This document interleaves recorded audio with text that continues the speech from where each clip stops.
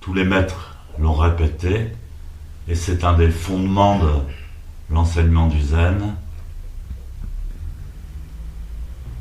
La pratique,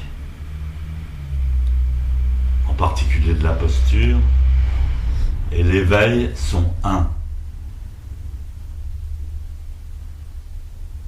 Zazen et l'éveil sont simultanés. Lorsqu'on pratique la posture du Bouddha, par tous les pores de notre peau, par toutes les cellules de notre corps, par tous les atomes de notre être, nous incarnons ou nous manifestons l'éveil humain.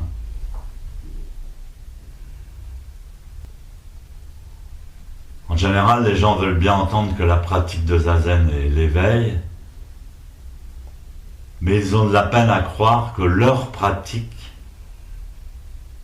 à eux, est l'éveil. On trouve toujours un subterfuge pour se dévaloriser. La pratique des Bouddhas, c'est certain, c'est l'éveil, mais moi, ma pratique, elle est mauvaise. Je ne serai jamais un Bouddha.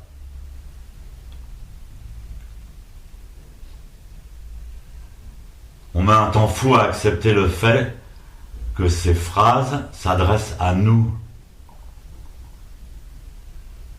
Ma pratique est l'éveil. Le Bouddha, lui, n'a pas besoin d'entendre ces mots, il est déjà Bouddha. Et Maître Deshimaru disait, si vous n'avez pas d'illusion ou de défaut, le satori ou l'éveil sont inutiles.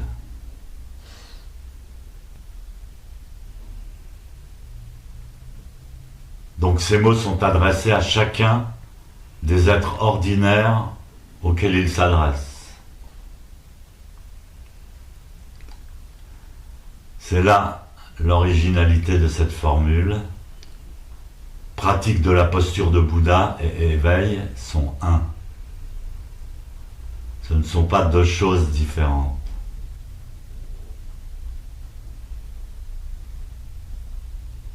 On dit que l'éveil est sans fin et la pratique est sans commencement.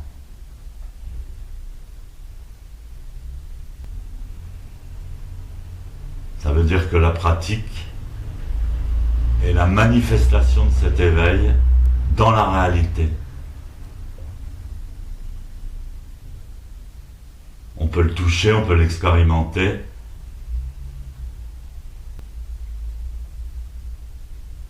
Et à partir de cette pratique, chaque action de notre journée, de notre semaine, de notre vie, et même peut-être au-delà, va être influencée.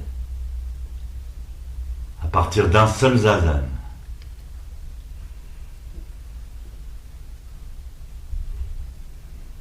D'où la formule, l'éveil est sans fin et la pratique est sans commencement.